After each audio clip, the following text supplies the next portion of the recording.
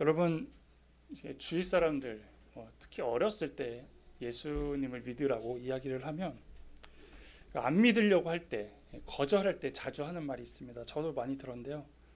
예수님을 보여주면 믿겠다라는 사람들이 있습니다. 여러분도 그런 사람을 만나 보셨죠? 그리고 그런 얘기를 들어보셨을 겁니다. 당황스럽습니다. 나도 못 본 예수님을 보여줘야만 믿는다. 뭐 그때는 진짜 예수님 한번 보여주세요 이런 마음이 들기도 했는데 틀린 얘기가 아닙니다. 눈에 보여도 이게 믿기 힘든 세상에서 안 보이는 존재를 믿어라라는 것은 참 어려운 얘기죠. 그래서 우리는 또 예수님을 이제 보여주면 믿을 거라고 생각을 합니다. 근데 과연 그럴까요? 복음서를 보면 예수님을 직접 봤어도 예수님을 믿는 사람은 생각보다 많지 않았음을 알게 됩니다. 처음부터 예수님께서는 자신이 하나님의 아들이라고 소개를 하셨고 죄사함의 세례도 베푸셨고 또한 기적까지 보여주셨지만 여전히 믿지 않는 사람들이 많이 있었습니다. 그리고 기적을 보여줘도 그것은 어떤 신기한 사건 그리고 어떤 신기한 일을 행하는 사람으로만 받아들이는 이제 구경꾼이었지 예수님을 이제 구주로 믿는 사람은 드물었다라는 것이죠. 심지어 하나님을 믿는다고 했던 당시의 종교 지도자들도 예수님을 믿지 않았습니다. 오늘 본문에 등장하는 이 느부갓네살 왕도 하나님을 경험했지만 믿지 못한 왕 중에 한 사람입니다. 그는 바벨론의 왕이었지만 이제 다니엘을 통하여서 하나님을 경험하고 하나님이란 존재를 알게 된 왕입니다. 그런데 이제 그의 치명적인 이제 문제가 무엇이냐? 그런 하나님의 도움을 받은 다니엘을 통하여서 이제 여러 가지 난관들을 헤쳐나갔지만 그런 경험들을 바탕으로 변화를 받았다고 생각할 수 있는데 그의 인생에서 근본적인 변화는 없었다라는 것이죠. 예를 들면 이제 다니엘 전체적인 내용을 봤을 때 1장에서 느부갓네살 왕이 제일 먼저 한 것은 이제 예루살렘을 공격하고 그 예루살렘에 있는 성전의 기물들을 자신들의 바벨론에 있는 어떤 창고에 그냥 처박아 놓습니다. 그러니까 막 다뤘다라는 것이에요. 그래서 이제 그런 부분부터 이제 잘못을 하면서 하나님을 이제 조롱했습니다. 근데 이제 2장에서는 어떤 모습이 나오냐? 그렇게 이제 하나님에 대하여 무시하고 자신들과는 관계가 없었기 때문에 당연히 그렇게 했겠죠. 근데 이제 2장에서는 뭐라고 얘기하냐면 그가 이제 꿈을 꾸고 그 꿈이 다니엘을 통해서 해결이 되자 이렇게 찬양을 합니다. 왕이 대답하여 다니엘에게 이르되 너희 하나님은 참으로 모든 신들의 신이요 모든 왕의 주제시로다.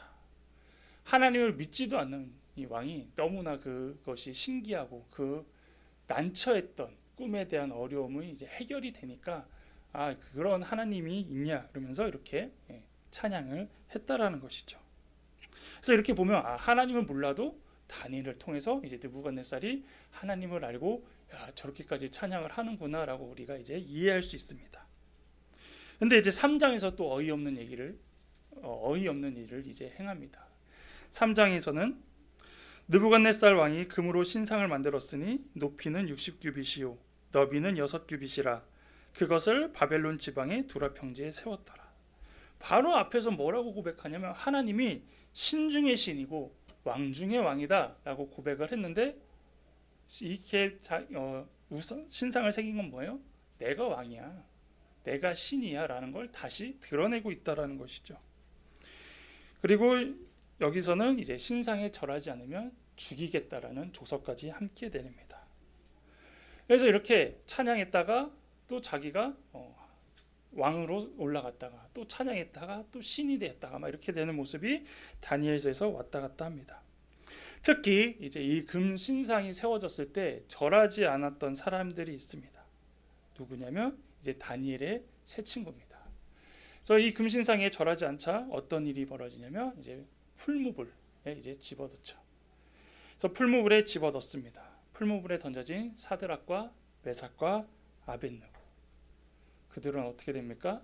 잘 알다시피 전혀 해를 입지 않고 불에 타지 않고 살아나게 됩니다. 자, 이 모습을 또 본 느부갓네살은 이렇게 찬양을 합니다. 느부갓네살이 말하여 이르되 사드락과 메삭과 아벳네고의 하나님을 찬송할지로다. 그가 그의 천사를 보내사 자기를 의뢰하고 그들의 몸을 바쳐 왕의 명령을 거역하고 그 하나님 밖에는 다른 신을 섬기지 아니하며 그에게 절하지 아니한 종들을 구원하셨도다. 그러므로 내가 이제 조서를 내리노니 각 백성과 각 나라와 각 언어를 말하는 자가 모두 사드락과 메삭과 아벳느고의 하나님께 경솔히 말하거든 그 몸을 쪼개고 그 집을 걸음터로 삼을지니 이는 이같이 사람을 구원할 다른 신이 없음이라 하더라. 우리에겐 아멘이죠. 이걸 근데 누가 했냐면 하나님을 믿지 않는 느부갓네살이 한 얘기라니까요. 얼마나 멋있습니까? 이렇게 하나님 안 믿고 이렇게 고백하기는 쉽진 않습니다.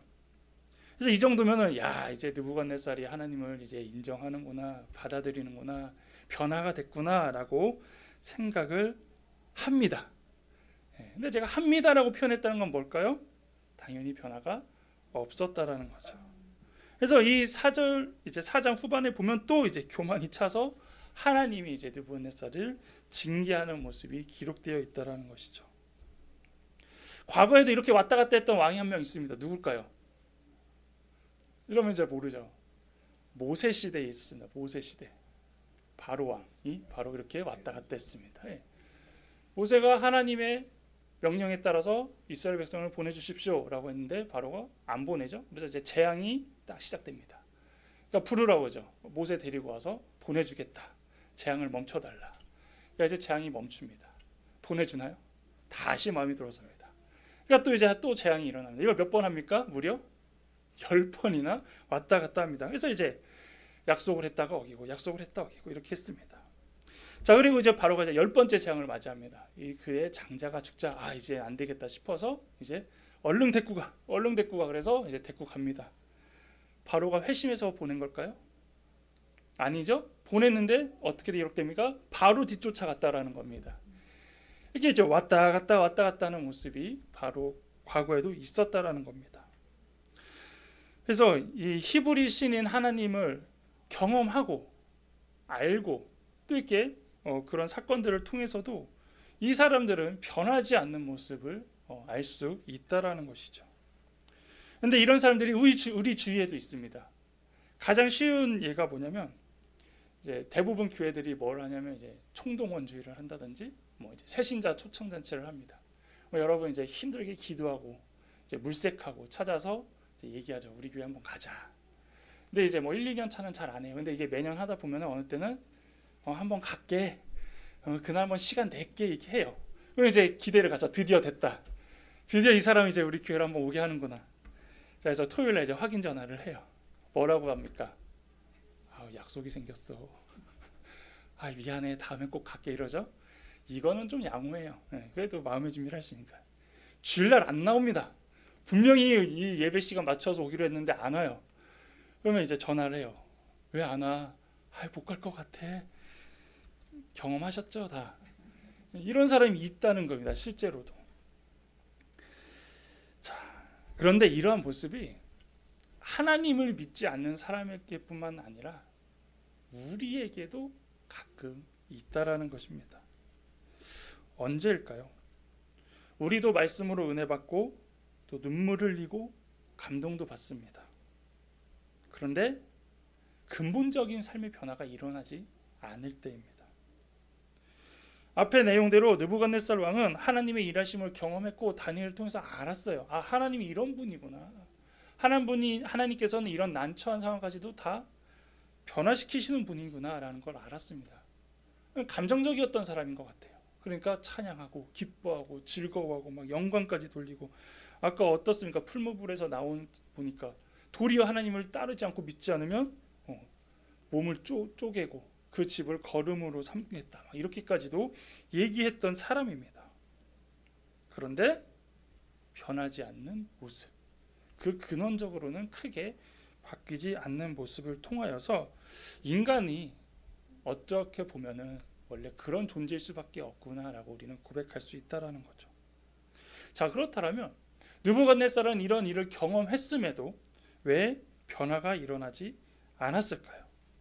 그 문제점을 살펴보면서 우리의 모습도 한번 점검해 보려고 합니다. 느부갓네살의 이 변덕적인 모습을 봤을 때에 두 가지 문제점을 발견할 수 있는데요. 첫째로는 하나님의 주권을 인정하는 세계관이 없었다는 것입니다. 그는 감정적으로도 막 했어요. 좋을 때 막 좋았고 막 싫을 땐 싫었다라는 거예요. 그러니까 어떻습니까? 되게 극과 극을 가잖아요. 신상에게 절 안 했다고 막 풀무불에 던지고, 또 거기서 살아냈다고 하나님이 영광 돌리라고 하고, 그러면서 얼마나 이게 막 극과 극으로 변덕이 심했던 사람인데, 중요한 거는 그 근원 안에서는 하나님의 주권을 인정하는 세계관이 없었다라는 것입니다. 그래서 그러면 느부갓네살의 신념, 느부갓네살은 원래 어떤 사람이었냐라는 걸 알아보려면 다니엘의 이름을 통해서 우리가 알아볼 수 있는데요. 다니엘의 꿈을 해석한 이후에 하나님을 찬양한 느부갓네살이 그 다니엘을 어떻게 대하는지를 보면 알 수 있습니다. 4장 8절 9절에 그 후에 다니엘이 내 앞에 들어왔으니 그는 내 신의 이름을 따라 벨드사살이라 이름한 자요 그의 안에는 거룩한 신들의 영이 있는지라 내가 그에게 꿈을 말하여 이르되 박수장 벨드사살아 이렇게 표현을 합니다. 이게 무슨 얘기냐면 다니엘을 비롯한 세 친구들이 이제 포로로 왔을 때에 제일 먼저 한 게 창씨계명이에요. 우리나라도 예전에 이제 일본이 우리나라 사람들에게 창씨계명을 요구했잖아요. 그게 무슨 얘기냐면 근본적으로 바꾸는 겁니다. 생각을. 그래서 일본화 시키기 위해서 바꾼 건데 마찬가지입니다. 바벨론도 예루살렘의 민족성과 그런 것들을 다 잊어버리고 이름으로부터 바꾸기 위하여서 이름을 바꿔줬는데 다니엘의 바벨론식 이름이 벨드사살인데 어떤 뜻을 갖고 있냐면 다니엘은 원래 하나님은 나의 심판자라는 뜻의 이름입니다. 근데 이제 벨드사살은 뭐냐면 벨신이여 나의 생명을 보호하소서라고 부르는 겁니다. 그러니까 느부갓네살 왕이 단순히 다니엘의 이름을 부르는 것 같지만 그 이름을 부르면서 벨이라는 신을 찬양하는 게 되는 것입니다. 그래서 다니엘이라고 부르기보다 뭐라고 얘기합니까? 벨드사사라 이렇게 부르면서 자연스럽게 그 벨 왕을 찬양하는 것이죠. 그래서 그런 뜻으로 이제 다 바벨론식으로 이름들을 바꿨다라는 겁니다. 또한 느부갓네살이 이제 2장에서 다니엘에게 뭐라고 표현하냐면 내가 믿는 신이 대단하다. 그리고 3장에서는 사드락과 메삭과 아벳느고의 신이 놀랍다. 라고 선포는 하지만 4장에서 여전히 다니엘을 벨드사살이라고 표현하는 건 뭐냐면 다니엘 너가 믿는 하나님, 사드락 메삭 아벳느고가 믿는 너의 하나님 대단하지만 그래도 아직은 내가 믿는 이 벨이라는 신, 우리가 믿고 있는 이 신이 더 우선이다라는 것을 은연중에 갖고 있다라는 것입니다. 마찬가지로 신앙을 가진 사람들도 온전한 삶의 변화가 없으면 이제 이중적인 삶, 이렇게 오락가락한 삶을 살고 있다는 거죠. 그러니까 내 마음에 갖고 있는 거와 표현하는 걸 충분히 다르게 표현할 수 있다는 것입니다. 예를 들어서 봉사를 해도 정말 내 마음과 사랑을 다해서 하는 봉사와 겉으로 봉사하는 척을 하는 이런 모습을 살아가게 된다는 것이죠. 그래서 이런 사람을 뭐라고 얘기하냐? 정말로 마음과 정성을 다해서 하나님을 섬기면 그 사람이 신앙인이라면 마음은 그렇지 않은데 해야 될 것 같아서 하고 그리고 그렇게 보여야 될 것 같아서 드러내는 것을 이제 종교인이라고 표현을 합니다.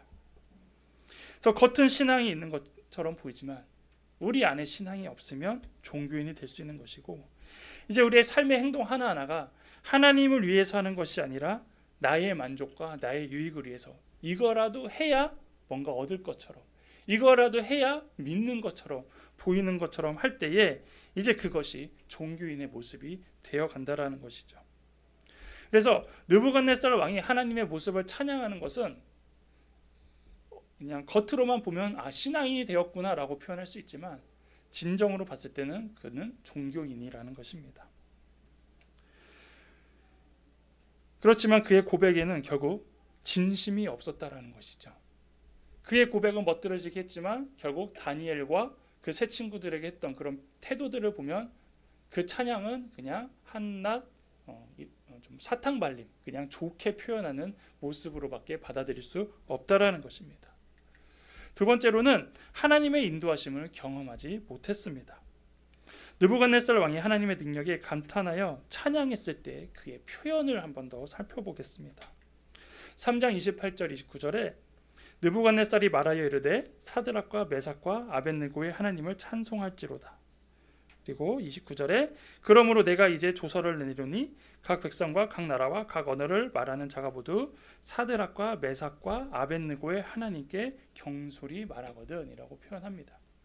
이것은 무슨 얘기를 하고 있냐면 언뜻 보면 하나님을 찬양하는 것 같아요. 근데 잘 보시면 느부갓네살이 고백하는 하나님이 어떤 하나님인지를 보시라는 겁니다.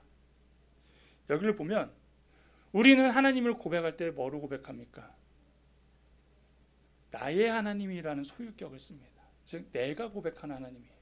근데 느부갓네살이 찬양했던 모든 하나님은 다니엘의 하나님 아니면 사드락과 메삭과 아벳느고의 하나님이라는 표현을 한다라는 겁니다. 그래서 2장 47절에 이렇게 나오죠. 왕이 대답하여 다니엘에게 이르되 너희 하나님은 참으로 모든 신들의 신이요 모든 왕의 주제시로다.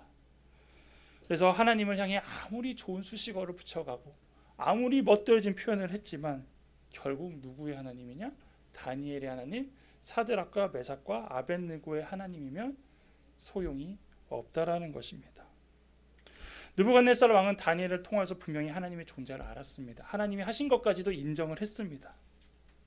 하지만 결정적으로 그가 하지 못한 것은 나의 하나님으로 고백하지 못했다는 것입니다. 그는 하나님을 나의 하나님으로 받아들이지 못하고 인정하지 못했기 때문에 놀라운 사건들을 경험했음에도 찬양은 멋있겠지만 실제로 하나님을 알지 못한 것입니다. 여기에서 이제 우리도 짚어봐야 될 것은 여러분들은 지금 이 하나님을 나의 하나님으로 고백할 수 있는지 짚어봐야 합니다. 그렇다면 나의 하나님으로 고백한다라는 것, 하나님이 나의 하나님이 되신다는 건 무엇을 의미하느냐? 먼저는 우리가 양 같은 존재라는 이사야 말씀을 통해서 살펴볼 수 있습니다. 이사야 53장 5절에 우리는 다 양 같아서 그릇 행하여 각기 제 길로 갔거늘이라고 표현을 하죠. 그래서 성경에서는 죄성을 가지고 있는 인간을 양이라고 표현을 합니다. 그리고 양의 성향과 습성도 실제로 우리 인간의 모습하고 너무나 똑같다고들 이야기합니다. 근데 이 양의 특징은 뭐냐? 각기 제 길로 간다라는 겁니다. 목자가 없으면 자기 가고 싶은 대로 막 간다고 합니다. 그래서 그냥 내버려 두면 어디든지 막 이제 간다는 존재죠. 그래서 양이나 인간이나 이제 목자가 필요합니다. 즉 이제 인도자, 지도자가 필요하다라는 것입니다. 다니엘과 느부갓네살도 그래서 양 같은 존재입니다. 그래서 이 둘도 내버려 두면 각자 제 길로 살아가는 존재입니다. 그런데 무엇이 이제 이 둘의 차이를 만들었습니까? 바로 그 답이 시편 23편 1절에 여호와는 나의 목자시니 내게 부족함이 없으리도다라는 이 말씀으로 알 수 있습니다. 이 다윗의 고백이 또 누구의 고백이었을까요? 다니엘의 고백이 될 수 있는 것입니다. 그래서 다니엘에게는 목자가 있었고 느부갓네살에게는 목자가 없었다라는 것이죠.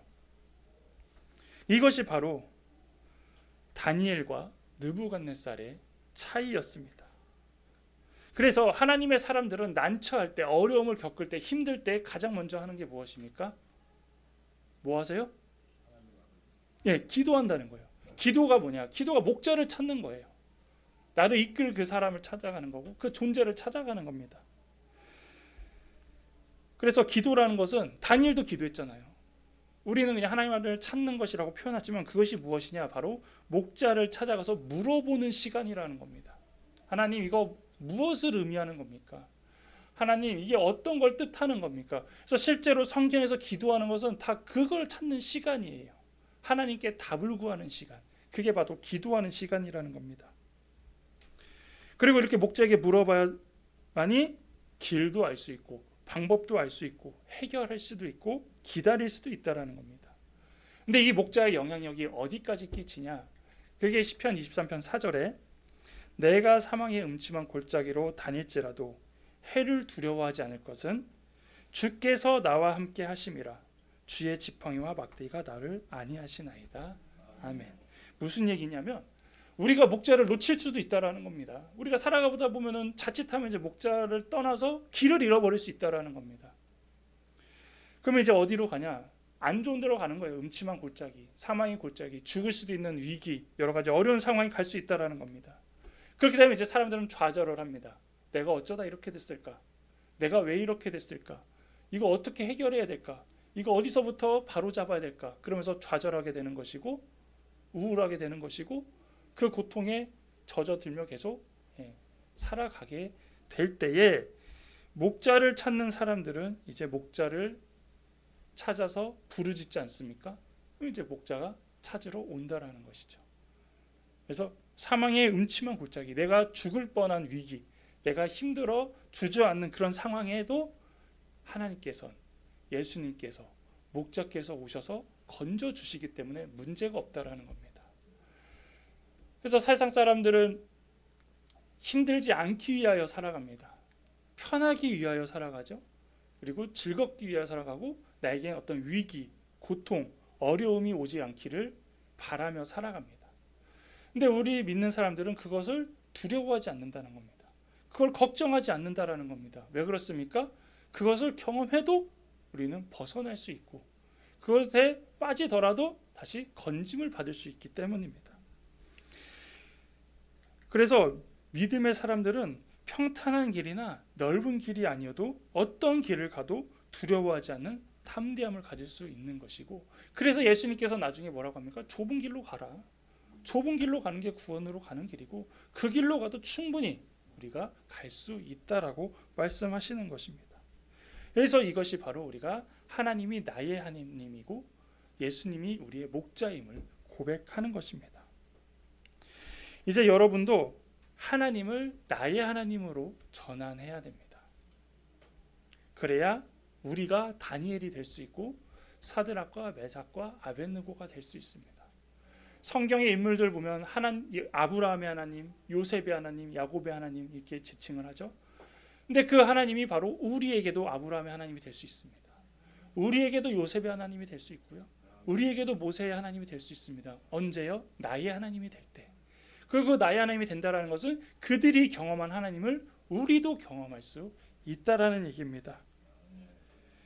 이것이 곧 느부갓네살에게 없었던 바로 그 부분입니다. 하나님의 주권을 인정하고 하나님의 인도하심을 경험하는 그 삶을 그래서 느부갓네살은 살지 못했다라는 것이죠. 이제는 여러분들이 나의 하나님으로 고백할 때 은혜를 받으실 수 있습니다. 그리고 그럴 때에 이제 세상과 차원이 다른 능력의 삶을 살아갈 수 있는 것입니다. 그리하여서 여러분들이 매일 매 시간 하나님의 살아있는 역사를 경험하는 저와 여러분이 되기를 바라겠습니다.